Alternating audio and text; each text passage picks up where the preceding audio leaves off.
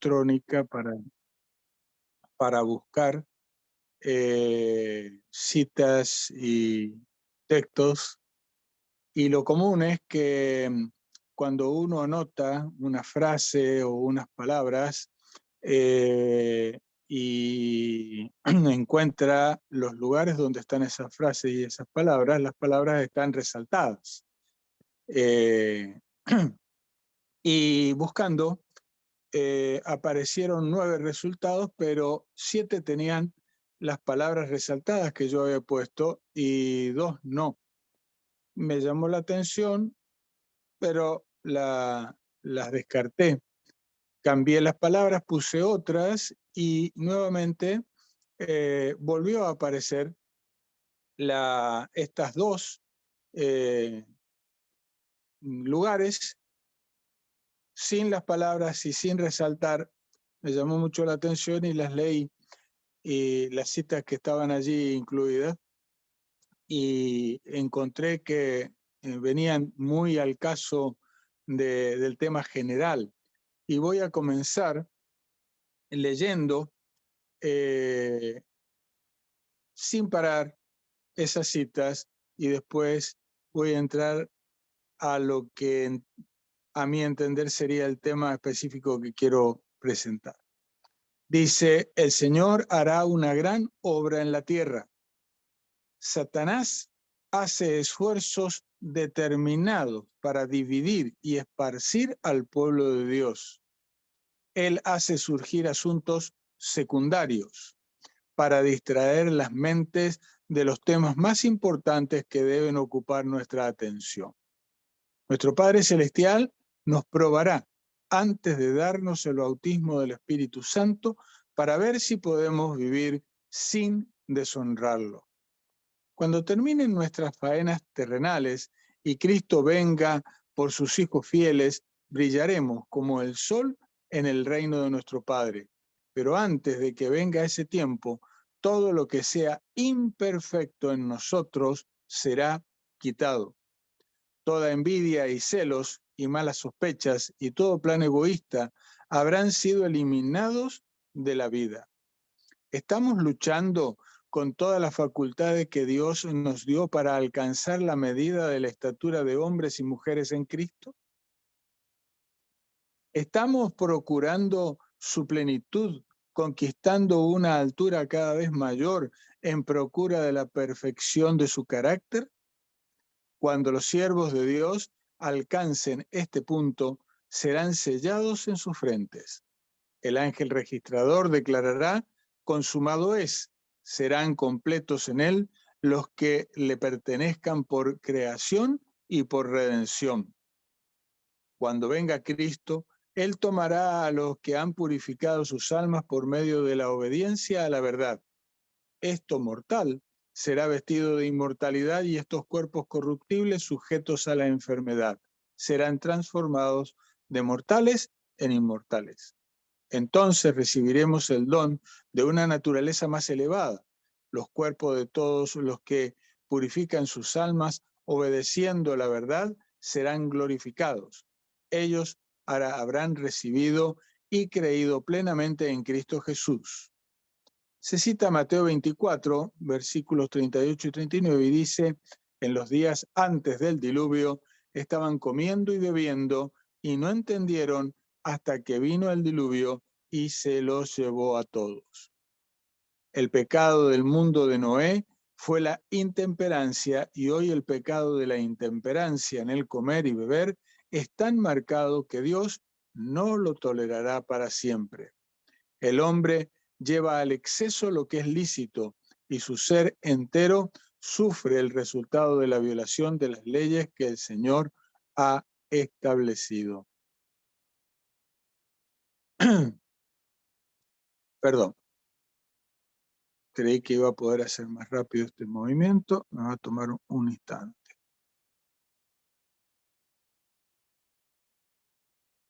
El tema general de hoy está basado en los libros de Historia de la Redención, capítulo 8, y de Patriarcas y Profetas, capítulo 7. En ambos casos los capítulos se titulan El Diluvio.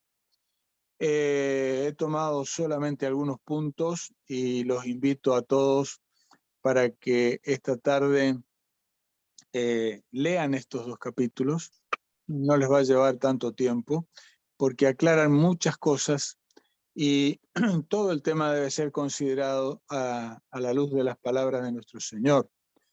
Dios nos avisa que hoy pasa lo mismo que antes del diluvio. ¿A qué se refiere?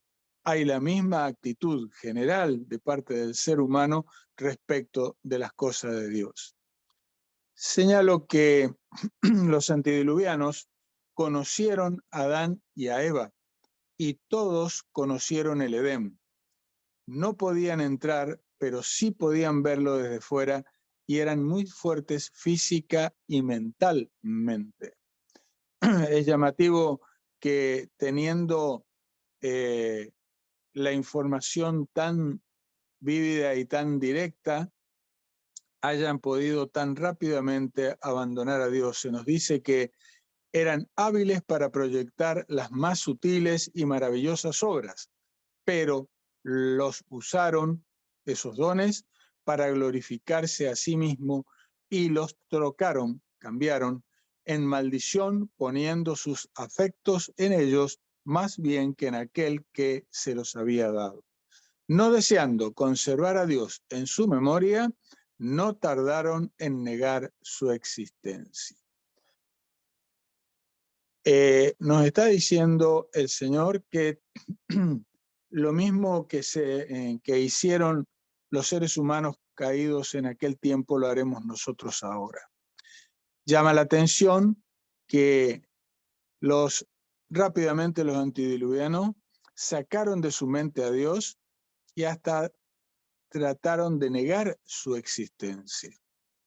Desde 1850, con Darwin, la humanidad actual comenzó a creer en la evolución y por consiguiente también sacó de su mente la idea o al Dios Todopoderoso.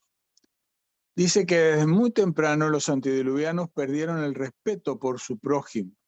En una palabra, los 6 segundos mandamientos no existían para ellos y practicaron también la poligamia y también el adulterio. Cita: adoraban a la naturaleza en lugar de rendir cultos al Dios de la naturaleza. Hoy en día tenemos un día mundial cada año por la tierra o para conmemorar la naturaleza. Glorificaban al ingenio humano, es decir, la ciencia. Hoy también, si algo que se dice atrás viene dicho o considerado como científico, es algo que no se puede discutir, es algo que está por encima de todo y todos lo que se pueda aclarar. Adoraban las obras de sus propias manos y enseñaban a sus hijos a postrarse ante las imágenes esculpidas. Hoy también. Muchos dejaron a un lado el temor de Dios y pisotearon sus mandamientos. Hoy también. Terminaron por declarar que la ley divina ya no estaba en vigor. Hoy también. Y sabemos el esfuerzo que se está haciendo para declarar que el día de reposo es el domingo. Dejaron de comprender la santidad de su carácter. Se está refiriendo al carácter de la ley. Y por supuesto, la santidad del carácter de la ley tiene que ver con que refleja el carácter de Dios y la naturaleza sagrada e inmutable de sus requerimientos. Es decir, si la ley refleja el carácter de Dios y Dios no cambia, la ley no va a cambiar, por más que los seres humanos quieran. Dijeron también que era contrario al carácter de Dios castigar la transgresión y negaron que sus juicios se harían sentir en la tierra. Está todo bien, no pasa nada, no va a llover, nunca llovió, no va a venir a llover ahora. Dios, hoy en día hay quienes están predicando que Dios no va a destruir a nadie, que es tan bueno que nunca haría eso, y que aún ni a Satanás va a destruir cuando en su palabra dice claramente que sí. Podéis estar tranquilos, decían, no temáis. Noé es un descabellado fanático. Generalmente a todos los que tengan una palabra discordante van a ser calificados hoy en día como fariseos, extremistas, alarmistas, divisionistas, etc. Y no digo que algunos no lo sean, digo que no se puede aplicar a todos. Razonaron, dice, como muchos lo hacen hoy, que la naturaleza está por encima del Dios de la naturaleza. Afirmaban que si fuese cierto lo que Noé había dicho, los hombres de fama, los sabios, los prudentes y los grandes lo habrían comprendido. ¿Quiénes eran esos hombres? Hombres que a sí mismos se llamaban científicos, que a sí mismos se llamaban sabios, y que los demás apoyaban porque le creían que ellos sabían de qué estaban hablando, igual que hoy. Lo dice la ciencia, corremos a hacerlo, aunque todo nos diga que no es tan lógico. El hombre no se elevará, decían ellos, más allá de sus conceptos, perdón, esto es parte de la inspiración, es cita y está hablando de los antediluvianos. El hombre no se elevará más allá de sus conceptos acerca de la verdad, la pureza y la santidad. Si creo que no puedo dejar de pecar, seguiré pecando o creyendo que no se puede llegar a ser santo. Pero el Señor nos dice, en medio de la corrupción reinante, Matusalem, Noé y muchos más trabajaron para conservar el conocimiento del verdadero Dios y para detener la ola del mal.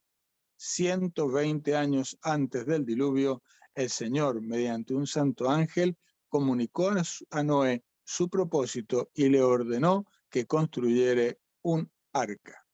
Dice, no quería el Señor que ignoraran su propósito, a fin de que los habitantes de la tierra no tuvieran excusa. Dios informa todo lo que va a hacer para que la responsabilidad de las decisiones sea nuestra porque respeta nuestro libre albedrío. Matusalem, para hacerlo corto, es una frase. Nosotros lo tenemos como un nombre. Decimos Matusalem, pensamos en el hombre que más vivió, pero es una palabra que traducida dice, cuando muera vendrá el fin. Vivió 975 años, más o menos, y todo ese tiempo, cada vez que lo llamaban, el que lo llamaba decía, cuando muera vendrá el fin. El que lo escuchaba, escuchaba lo mismo. Y sin embargo, cuando murió un corto tiempo antes del diluvio, nadie prestó atención a que podía suceder lo que estaba anticipado.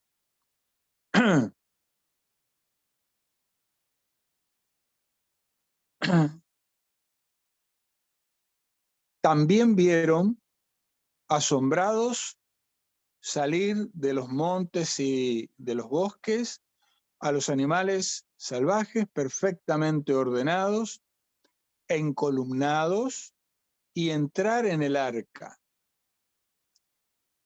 También vieron a las aves crear como una nube en el cielo, también ordenadas y entrando en el arca.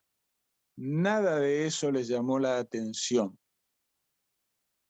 Esto me lleva a pensar que también puede no estarnos llamando a nosotros hoy la atención de las cosas que están pasando y que nos están indicando clara y definidamente que esto se termina.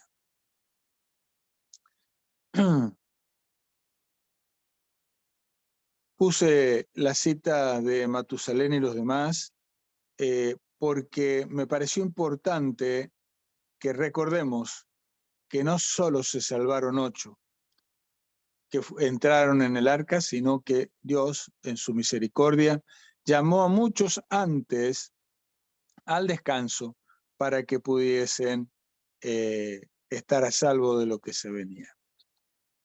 Mientras Noé daba al mundo su mensaje de amonestación, sus obras demostraban su sinceridad. Así se perfeccionó y manifestó su fe. Dio al mundo el ejemplo de creer exactamente lo que Dios dice. Todo lo que poseía lo invirtió en el arca. Matusalén, el abuelo de Noé, vivió hasta el mismo año cuando ocurrió el diluvio, y hubo otros que creyeron en la predicación de Noé y le ayudaron en la construcción del arca, que murieron antes que las aguas de esta cayeran sobre que las aguas del diluvio cayeran sobre la tierra. Noé condenó al mundo por su predicación y su ejemplo al construir el arca. Hermanos, no todos van a pasar vivos, o no todos pasaremos, es decir, pienso que por el tiempo que me puede quedar, me va a llamar al descanso, pero va a haber un grupo que va a pasar vivo, y es un grupo pequeño, 144.000, pero todo el resto de los que pueden ser salvos, en su misericordia, Dios lo va a llamar al descanso para que no tengan que pasar por las dificultades últimas.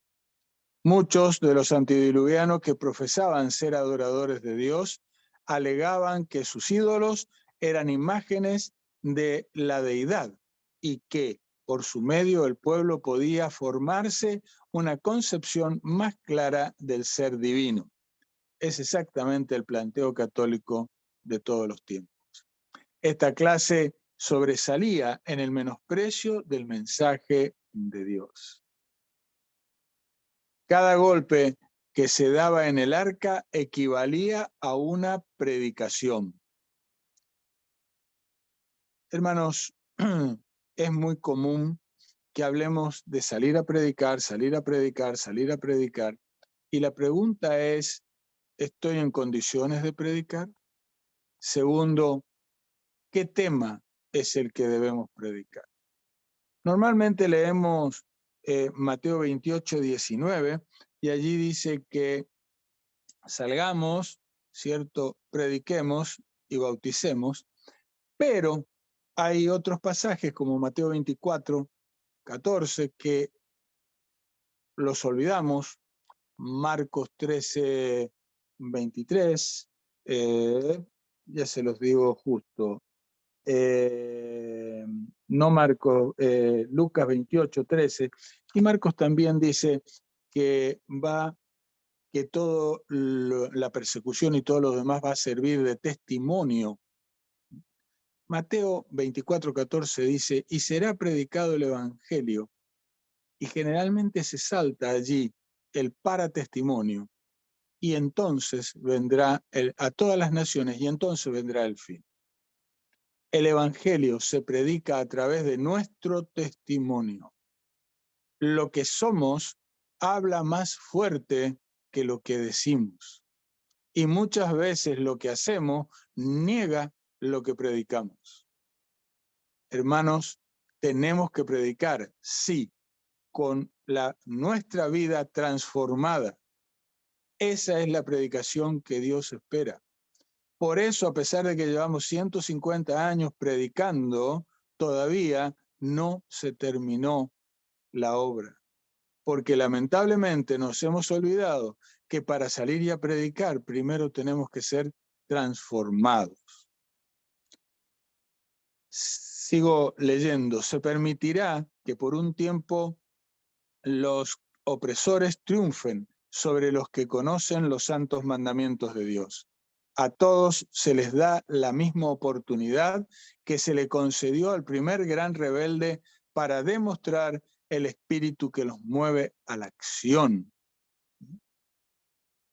podemos ser movidos a la acción de ir y predicar por simplemente un espíritu egoísta, simplemente por temor también. Por las dudas hago esto para no perderme, pero el Señor me dice que todo eso es inútil.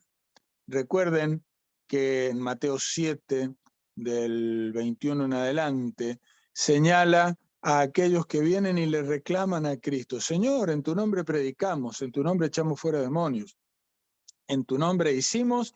Y la respuesta de nuestro Señor Jesucristo, para mí la más dura de todo el texto bíblico, es: apartados de mí, hacedores de maldad, no os conozco. Cuidado, hermanos. Es inútil predicar si primero Cristo no me pudo transformar. Y Dios nos está dando la oportunidad de elegir de qué lado quiero estar. Dice, es el propósito de Dios que cada uno sea probado para ver si será leal o desleal a las leyes que gobiernan el reino de Dios. En estos últimos días, Dios le permitirá a Satanás que revele su carácter como mentiroso, acusador y homicida. De esta manera, el triunfo final de su pueblo resulta más evidente, más glorioso, más pleno y completo. Voy a volver sobre los versículos, sobre los pasajes que leí, textos inspirados que leí al principio. Dice que Satanás hace esfuerzos determinados para dividir y esparcir al pueblo de Dios. Y dice que lo hace haciendo o logrando que nosotros prestemos atención a temas secundarios. Aquello que verdaderamente no es lo que Dios nos está pidiendo o no es lo que hace a la salvación o lo que tenemos que hacer en este tiempo. Por eso yo recién señalaba lo de Mateo 24:14. Será predicado este evangelio para testimonio, también se puede traducir a través del testimonio a todas las naciones, y entonces vendrá el fin. Si aparte nosotros consideramos que la palabra testimonio viene del griego martureo, que también se traduce como martirio o mártires, entonces me está diciendo clara y definidamente que cuando decidamos, como dice en el Apocalipsis, aún perder la vida, sé fiel aunque te cueste la vida y yo te daré la vida eterna. Aunque nos cueste ser fiel, aunque nos cueste la vida, el testimonio que estamos dando es tan claro y definido que el enemigo no puede negarlo ante Dios, no puede discutirlo ante Dios, y Dios nos puede salvar. Otra cita dice, nuestro Padre Celestial nos probará antes de darnos el bautismo del Espíritu Santo. Hay errores al respecto. Muchos dicen que recibimos el Espíritu Santo, el bautismo del Espíritu Santo en el acto del bautismo, pero no es así. El Espíritu Santo que Dios nos está diciendo que nos va a entregar en la lluvia tardía es un poder que no lo vamos a usar nosotros, sino que le permite a Dios usarnos. A todos los transformados, el Espíritu Santo los va a poder utilizar para dar el testimonio más acabado y permitirle a Dios terminar con la perversión de este mundo. Dice, cuando terminen nuestras faenas terrenales. ¿Cuándo terminan nuestras faenas terrenales? Sin lugar a ninguna duda, no se está refiriendo al momento previo a la venida de Cristo. Se está refiriendo al momento del fin del tiempo de la gracia. Allí, cuando Hay otra cita más adelante y habla que el ángel del tintero llega hasta Cristo y le dice que ya ha terminado la obra de sellar a todos, pero que no solamente ha hecho la obra de sellar a todos los 144.000, sino que todos, a favor o en contra, ya decidieron de qué lado van a estar. Y nadie va a cambiar de opinión, no importa el esfuerzo que haga el Espíritu Santo, por salvar a los que han elegido mal, y no importa el esfuerzo que haga el enemigo por arrastrar a los que ya han elegido bien. No van a cambiar. Y entonces dice que Jesús se levanta, abre sus brazos, deja caer el incensario, es decir, no intercede más. Y no intercede más porque ya no hay pecados en su pueblo que se confiesen por los cuales él tenga que interceder. ¿Esto qué me dice? Que cuando algunos predican que vamos a estar pecando hasta que Cristo venga, me están engañando. El pueblo de Dios, los hijos de Dios, los salvos que pasaron vivos, no van a estar pecando hasta el final. Los que van a estar pecando son los que se van a perder. Si ya Cristo en ese momento no solamente dejó de interceder, sino que cambió sus vestimentas de sumo sacerdote al Rey de Reyes que viene y ya empieza su venida, entonces el que peque no va a tener intercesor que perdone sus pecados. Hermanos, tenemos que buscar vencer nuestros pecados. Y cuando yo digo buscar vencer, no estoy diciendo hagan el esfuerzo, estoy diciendo busquemos al único que tiene el poder para hacernos vencedores. Estoy diciendo busquemos la relación íntima y personal con el Espíritu Santo, con Dios, que le permita transformarme cada día, cada instante, cada momento. No importa hasta dónde lleguemos, el punto es, decidamos ser transformados a semejanza del carácter de Cristo. Cuando terminen nuestras faenas terrenales y Cristo venga por sus hijos fieles, brillaremos como el sol en el reino de nuestro Padre. Ya no hay transformación. Ya hemos sido transformados antes. Pero antes de que venga ese tiempo, vuelve otra vez a recalcar, todo lo que sea imperfecto en nosotros será quitado. El tiempo es ahora, antes que se cierre el tiempo de la gracia, antes de que Cristo deje de interceder para ser transformados. No perdamos tiempo. Y fíjense, a veces es muy común que le pongamos colores y tamaños a los pecados, ¿cierto? Hablamos de mentiritas blancas, de mentiritas grises, hablamos de, bueno, sí, está mal, pero, dice, toda envidia y celos y malas sospechas y todo plan egoísta habrán sido eliminados de la vida. No estamos hablando de que Dios elimine de nuestra vida el deseo de matar a alguien. Estamos hablando que quite de nuestra vida la costumbre de hablar mal de alguien, de levantar sospechas, de decir una calumnia, de sentir celos, de tener envidia, cosas que normalmente no consideramos como un pecado grave. Pero aquí me está diciendo claramente que antes de que termine el tiempo de gracia y tengamos en cuenta esto, mi tiempo de gracia termina cuando se termina mi vida y eso no sé cuándo puede pasar.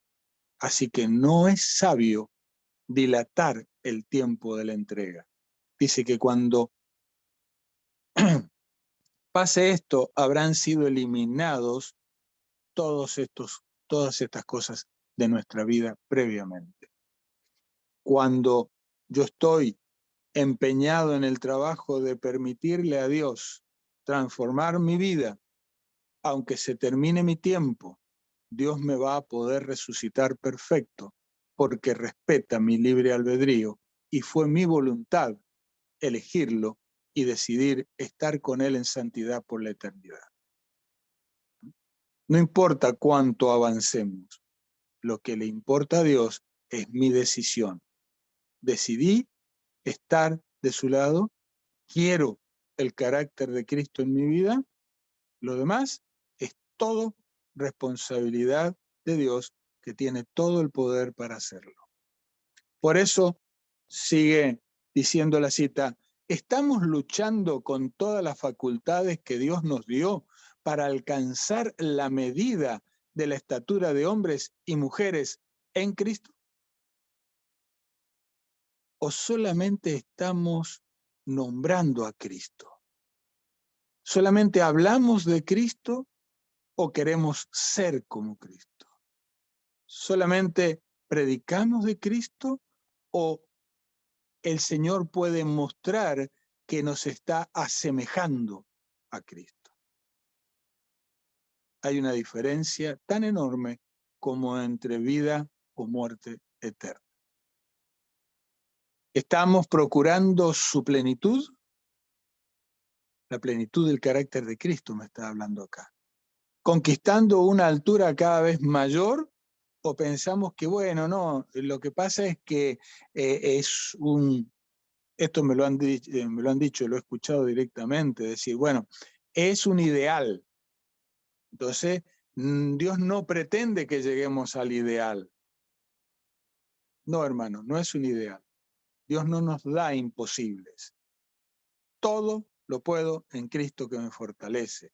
Lo que Dios me da es el mínimo de lo que necesita para poderme salvar. Si te parece alto, mira a Cristo, Él tiene todo el poder. ¿Te parece mucho? ¿Cuál es el problema? Si el poder lo pone Él. Clama porque te dé el poder, la fuerza y las ganas de seguir clamando por la transformación. Punto. Lo demás es de Él y está asegurado. Y si me muero en el medio, Dios me va a levantar conforme a mi elección. Y si mi elección era ser santo, me va a levantar santo. Listo. Cuando los siervos de Dios alcancen este punto, serán sellados en sus frentes. Ahí viene el relato de que el ángel registrador llega a Cristo y le dice que todos están, y Jesús dice, consumado es, ¿verdad? ¿Recuerdan el resto del pasaje? Dice, el que es sucio, ensúciese aún, el que es limpio, purifíquese aún. Es decir, su elección, la de cada uno, es definida y absoluta. No hay posibilidades de cambio. No perdamos más tiempo, terminemos con esta maldad. Eso es lo que está diciendo nuestro Señor allí. Cuando venga Cristo, Él tomará a los que han purificado sus almas por medio de la obediencia a la verdad. Tomará a los que han, pero no me está diciendo que se han purificado a sí mismos, a los que han decidido ser puros y le han permitido a Dios purificarlos. Dice, esto mortal será vestido de inmortalidad. En una palabra, los que estén vivos van a ser transformados físicamente. Y los que son levantados de la tumba también van a ser levantados físicamente transformados. Pero en ambos casos, el carácter va a ser el que eligieron tener, el de Cristo. Será vestido de inmortalidad y estos cuerpos corruptibles, sujetos a la enfermedad, serán transformados de mortales en inmortales. Entonces recibiremos el don de una naturaleza más elevada. Los cuerpos de todos los que purifican sus almas obedeciendo la verdad serán glorificados. Ellos habrán recibido y creído plenamente en Cristo. Hermanos queridos, el Señor no nos quiere sorprender. Por eso dice que no hace nada sin avisarlo a través de sus siervos los profetas. Y nos está diciendo, miren, están igual que en la época de Noé, justificándose a sí mismos. Tú dices que eres rico y enriquecido y que de ninguna cosa tienes necesidad, pero yo te digo que estás totalmente equivocado y si mantienes esa postura estás perdido. Ven a mí y compra, dice el Señor.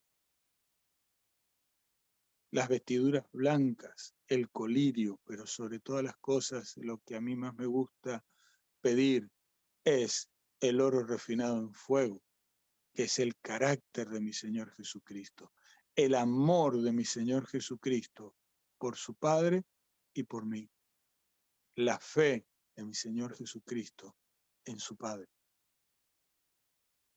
Ruego a Dios que nos dé la sabiduría y el entendimiento para que esto sea una realidad cada día, hermanos, que podamos, por el poder y la obra del Espíritu Santo, dar el testimonio que Dios necesita en estos tiempos para que este perverso mundo se termine y podamos verlo cara a cara, con gozo, decir, este es mi Señor a quien he esperado, Él me salvará.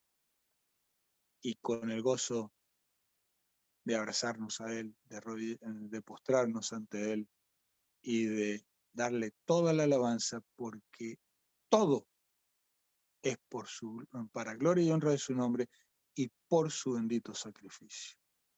Ruego a Dios que esto sea una realidad en nuestras vidas, hoy y cada día que nos quede.